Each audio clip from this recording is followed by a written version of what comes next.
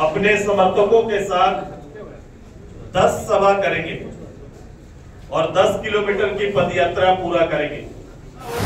एक साल में 2 या 3 एग्जाम कराने की बात कही, वो पूरे 5 साल के कार्यकाल देख लो, कभी चेयरमैन रहे तो मेंबर नहीं। इन विषयों का सही आकलन विभाग के माध्यम से, पदाधिकारियों के माध्यम से मिल रहा है या नहीं मिल रहा है।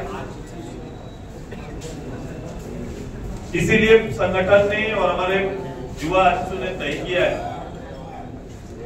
कि पूरे राज्य भर के नौजवानों का एक डाटा, पढ़े लिखे नौजवानों का डाटा, जो राज्य के अंदर अपना भविष्य सुनिश्चित करना चाहते हैं, इनका एक डाटा सरकार तक पहुंचाने का कार्यक्रम तय किया। इसको ऑनलाइन और ऑफलाइन दोनों स्तर पर कलेक्ट करके राज्य सरकार के मुखिया तक पहुंचाने का कार्यक्रम हम लोग ने तय किया है। 24 तारीख से ये डोर टू डोर उसी प्रखंड के, उसी मोहल्ले के नौजवान खुद इसका नेतृत्व करते हुए डाटा कलेक्ट करने का काम शुरू करेंगे और साथ ही साथ ऑनलाइन भी हम लोग डाटा कलेक्ट करेंगे। और इन सब डाटा के साथ 8 तारीख को रांची में पूरा युवा संगठन इकट्ठा होगा। हमारा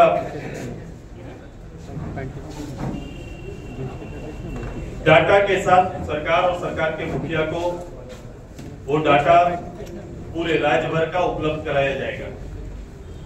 शायद सरकार विचार करे कितने graduate, post graduate, degree, MBBS, अलग अलग ITI, पोस्ट ग्रेजुएशन जो लोगों ने किया है, ग्रेजुएशन जो लोगों ने किया है, इंटर तक की पढ़ाई की है, जिन लोगों ने कौशल विकास के अंदर में अपनी योग्यता बनाई है, इन सभी लोगों का डाटा सरकार तक उपलब्ध कराया जाएगा। ये तैयारी हमारा है। दूसरा, 26 तारीख से 4 सितंबर तक, ये कई चरणों में हो सकता है। 26 तारीख से प्रत्येक विधानसभा में जन जागरण अभियान पार्टी का शुरू किया जाएगा। जन जागरण अभियान शुरू किया जाएगा। प्रत्येक दिन 5 पंचायत पर पार्टी के उस क्षेत्र के हमारे प्रतिनिधि अपने समर्थकों के साथ 10 सभा करेंगे और 10 किलोमीटर की पदयात्रा पूरा करेंगे। हर पंचायत पर पदयात्रा चलेगा, हर पंचायत में 2 सभा करेंगे और जनता के बीच जन जागरण अभियान का नेतृत्व करेंगे। 9 तारीख से 9 सितंबर से प्रदेश भर में जब मेरा जिला प्रमुख सम्मेलन शपथ ग्रहण समारोह कंटिन्यू रहेगा ही, लेकिन 9 तारीख से हमारा पदयात्रा, मैं खुद पदयात्रा पर हर विधानसभा में निकलूंगा। 9 तारीख से मेरा पदयात्रा का कार्यक्रम भी हर विधानसभा में होगा। ये तैयारी हमारा है। इसी तैयारी के संदर्भ में आज बैठक रखा गया। ये नवनिर्माण संकल्प सभा 8 तारीख को युवाओं का जो होगा, जो डाटा के साथ आएगा, उसे नवनिर्माण संकल्प सभा का रूप दिया गया। उसी दिन पार्टी न केवल डाटा इकट्ठा करेगी, बल्कि पार्टी राज्य के अंदर युवाओं के बारे में या उनके भविष्य के बारे में जो पार्टी का चिंता और चिंतन है, उसको भी रखने का काम करेगी। ये तैयारी हमारा है। अब तक कोई नया नाम नहीं आया, ये क्या सरकार की गैर जिम्मेदाराना रवैया नजर आता है रोजगार के प्रति छात्रों का? ये बातें रोज हम लोग दोहराते हैं। आप देखेंगे कि सूचना आयुक्त भी शायद प्रदेश के अंदर में नहीं, जो एक अहम बॉडी है जिसके माध्यम से आम लोग सरकार से डाटा मांगते हैं, जानना चाहते हैं, सरकार से प्रश्न करते हैं और उसका डाटा कलेक्ट करते हैं। एक आम लोगों के लिए सरकार का बनाया हुआ एक ऐसा एक्ट जिसमें हर लोग इस डाटा के माध्यम से अपने आप को संतुष्ट करता है या किसी आरोप को सत्यापित करता है, जो कमोबेश बहुत संतुलित करता है शासन को, ऐसे जगह पर भी चेयरमैन नहीं। तो जवाबदेही का जहां बात है, जवाबदेही हर स्तर पर, मैं कोई एक स्तर जेपीएससी की बात नहीं करूंगा, क्योंकि जेपीएससी में इसी सरकार ने खड़ा होकर एक साल में 2 या 3 एग्जाम कराने की बात करी। वो पूरे 5 साल के कार्यकाल देख लो, कभी चेयरमैन रहे तो मेंबर नहीं है, मेंबर रहे तो चेयरमैन नहीं है। प्रभार में बहुत दिन तक सभी चीजें चली, तो अब वो समय नहीं रहा। ये कितना जवाबदेह सरकार है, इसको किसी भी विभाग में किसी विषय के साथ आप खोल के देख सकते हैं, तो आपको पता चलेगा कि एक जनता को लीड करने वाला राज्य का मुखिया और उसकी सरकार कितना जवाबदेह। सुदेश जी, अभी बाबूलाल मरांडी ने मिलन समारोह प्रोग्राम आयोजित हुआ था बीजेपी कार्यालय में। उन्होंने आशंका जताई कि कल युवा आक्रोश रैली हो रही है, तो उसमें अगर पार्टी कार्यकर्ता आते हैं, बीच सड़क पर कहीं रोका जाता है, तो आप लोग वहीं धरना प्रदर्शन करें। क्या सरकार इस स्तर पर आ गई है कि वो पार्टी कार्यकर्ताओं को सड़क और चौराहे पर रोक देगी?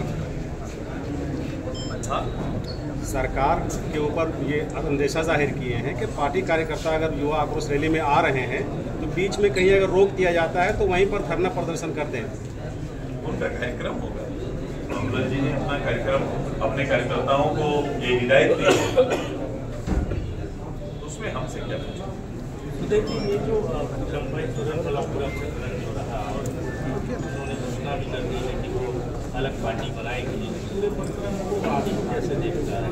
देखो, उन्होंने अपनी वेदना जो चिट्ठी में उन्होंने जाहिर की है उसी को हम देख रहे हैं, और उसमें उन्होंने 3 विकल्प बताए वो जनता के सामने जो रखे। कभी भी राजनीतिक आकलन होगा, कोई आम पब्लिक में आकलन करेगा तो उसी 3 विषय पर करेंगे। या तो मुझे राजनीति से उन्होंने एक बड़ी बात कही थी कि संन्यास लेना पड़ेगा, जो परिस्थिति हमारे साथ है, या फिर मुझे कोई नई पार्टी बनाना पड़ेगा, या कोई नया दोस्त ढूंढना पड़ेगा। यही उन्होंने कहा है। वो 3 विकल्प पब्लिक के सामने रखे थे, उसी विकल्प पर किसी न किसी में वो आगे बढ़ेंगे। उन्होंने कहा कि आप संन्यास तो नहीं ले रहे। नई पार्टी बनाने की बात करी, क्या लगता है कि सारा प्रकरण बीजेपी ने मजाक छोड़नी, जिसके बाद वो अन्य जो 3 ऑप्शन में से ये झारखंड मुक्ति मोर्चा के बारे में आप क्यों नहीं बोल रहे हैं? वो आज भी झारखंड मुक्ति मोर्चा के मंत्री हैं, आज भी झारखंड मुक्ति मोर्चा के विधायक हैं। तो ये जवाब झारखंड मुक्ति मोर्चा से मांगिए कि आपका विधायक का ये बागी तेवर क्यों है। मैं उनका सम्मान करता हूँ, इतने हैं हमारा कि मैं झारखंड आंदोलन में जिस नेतृत्व ने आज के दिन में गुरुजी के बाद सबसे ज्यादा सीनियर मेंबर में से है, और झारखंड आंदोलन में बिताया हुआ क्षण वही मेरा आदर बड़ा करता है उनके लिए। तो मैं हमेशा, मैं इसीलिए एक छोटी बात हमारे राज्य के एक मंत्री साहब ने बोल दिया था, तो मैंने उनसे एक प्रश्न पूछ लिया। मैं ऐसे नहीं बोलता हूँ, मैं सम्मान करता हूँ, चाहे कोई भी रहे, कोई दल में रहे, उनका योगदान है इस राज्य को बनाने में।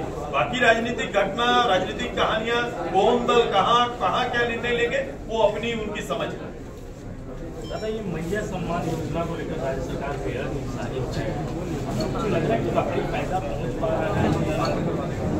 मैं इतने कहूंगा कि सरकार एक कमिटमेंट के साथ बनती है, सरकार एक अपने निश्चय और उद्देश्य के साथ बनती है। सरकार ने कहा था कि ये हमारे निश्चय है, और निश्चय करीबन तीनों गठबंधन का मिला के देख लीजिएगा तो आपको दिखाई देगा कि 400 के करीब प्रॉमिस है पब्लिक के लिए।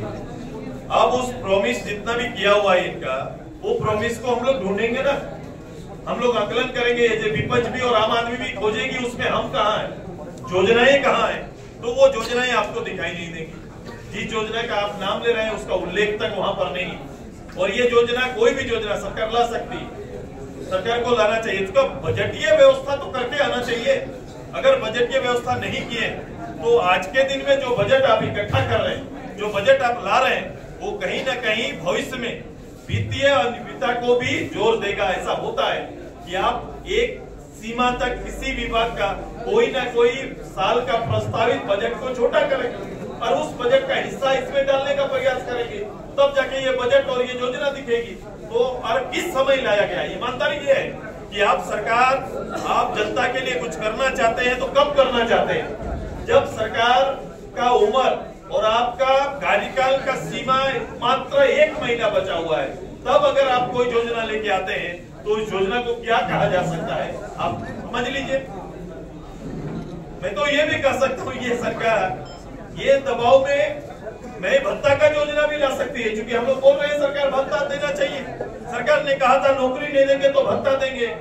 मैं तो कह रहा हूं कि सरकार सत्ता के लिए भत्ता भी ला सकती है, ऐसा कर सकते हैं। लेकिन इसको देखने का नजरिया आम लोगों का ये एकदम बड़ा स्पष्ट है कि ये केवल चुनाव और केवल चुनाव के लिए ये चीजें चल रही है। सुदेश जी, ST SC आरक्षण में पीछे कोर्ट का निर्णय आया है।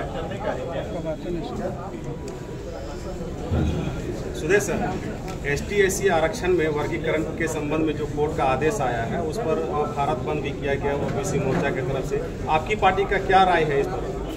मेरी पार्टी को आप देखते नहीं है, इसका मतलब ये बहुत ही हम आपसे रिक्वेस्ट करेंगे देख लिया करिए। हमने हमारा इस कार्यक्रम को समर्थन प्राप्त है, सभी लोग उसको देखे होंगे, मेरे सोशल साइट में चला है भाई, मेरे देखो, हम लोग को भी देखो।